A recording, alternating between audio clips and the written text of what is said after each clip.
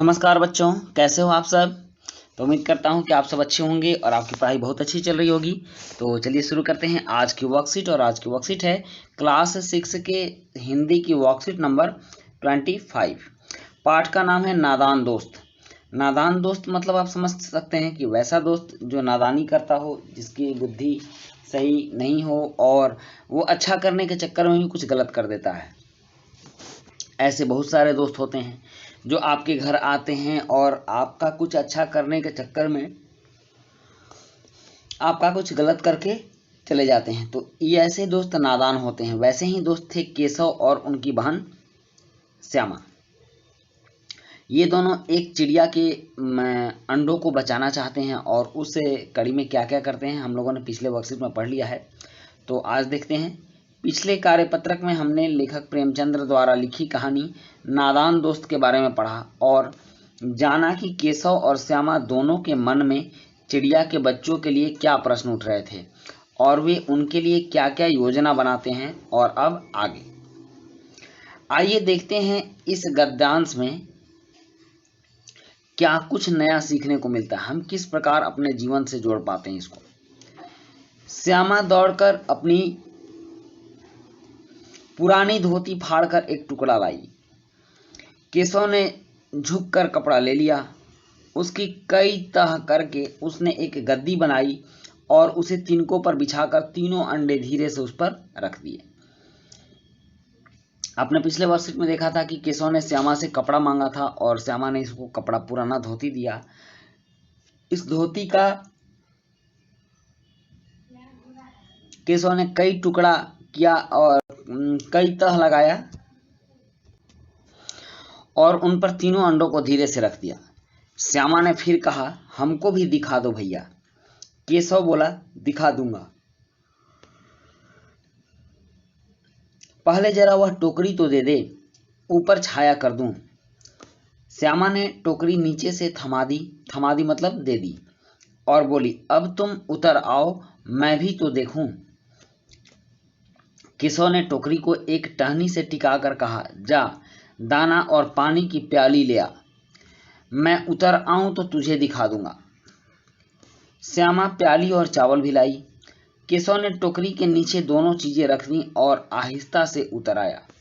श्यामा ने गिड़गिड़ाकर कहा, अब हमको भी चढ़ा दो भैया। केशव बोला, तू गिर पड़ेगी। श्यामा बोला, न गिरूंगी भैया, तुम नीचे से पकड़े रहना। केशव, न भैया, कहीं तू गिर पड़ी तो अम्मा जी मेरी चटनी ही कर डालेंगी। मतलब केशव श्यामा को नहीं दिखाना चाहता था और डरता था कहीं श्यामा गिर न जाए, क्योंकि उसके गिरने से केशव को भी पिटाई लग सकती थी और उनके भेद खुल सकते थे कि ये क्या करने वाले थे। वो बोली कि कहूंगी कि तूने ही चढ़ाया था, क्या करेगी देखकर। अब अंडे बड़े आराम से हैं, जब बच्चे निकलेंगे तो उनको पालेंगे। केशव बोल रहा है कि अब अंडे आराम से हैं, तुम्हें चिंता करने की कोई जरूरत नहीं, जब बच्चे निकलेंगे तब उनको पाल लेंगे।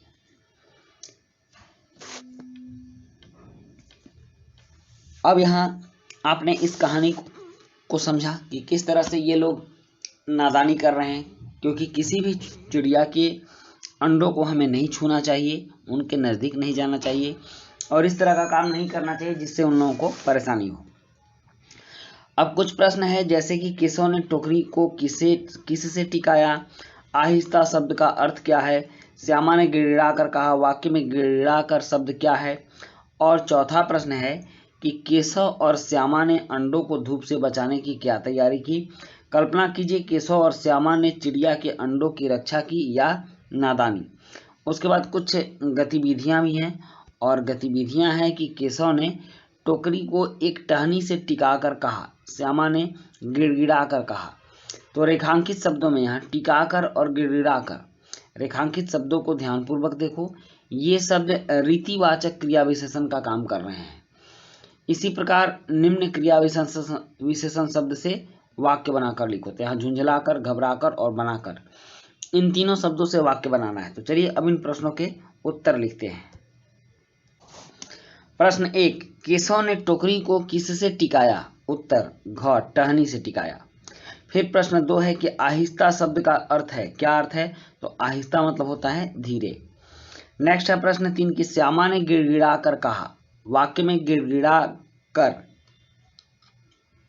शब्द क्या है? तो यह क्रिया विशेषण है। और उसके बाद प्रश्न 4 है कि केशव और श्यामा ने अंडों को धूप से बचाने की क्या तैयारी की? तो केशव और श्यामा ने अंडों को धूप से बचाने के लिए अंडों के ऊपर टोकरी से छांव करने की कोशिश की। नेक्स्ट प्रश्न है कि कल्पना कीजिए केशव और श्यामा ने चिड़िया के अंडों की रक्षा की या नादानी?